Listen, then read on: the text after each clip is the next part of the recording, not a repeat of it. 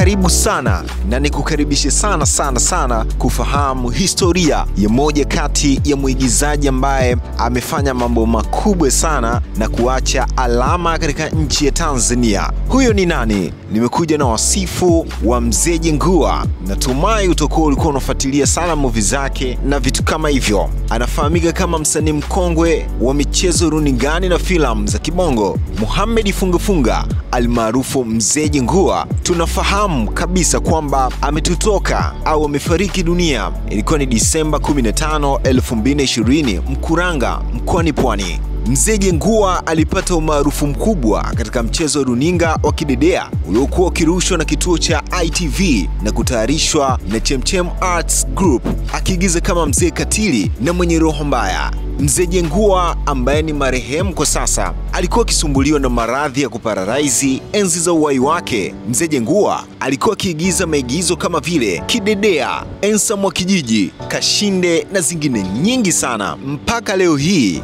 bado tunaendelea kufuatilia kazi zake, lakini pia na uigizaji wake mzuri sana. Na kuna wengine wamemfanya kama mwalimu, wakiwa wanaendelea kujifunza ili nao waweze kufika sehemu kama vile ambavyo Mzee Jengua amepiga hatua. Basi leo hii, kama ambavyo unajua, tumefahamu kwa ufupi tu historia ambayo inamuhusu Mzee Jengua.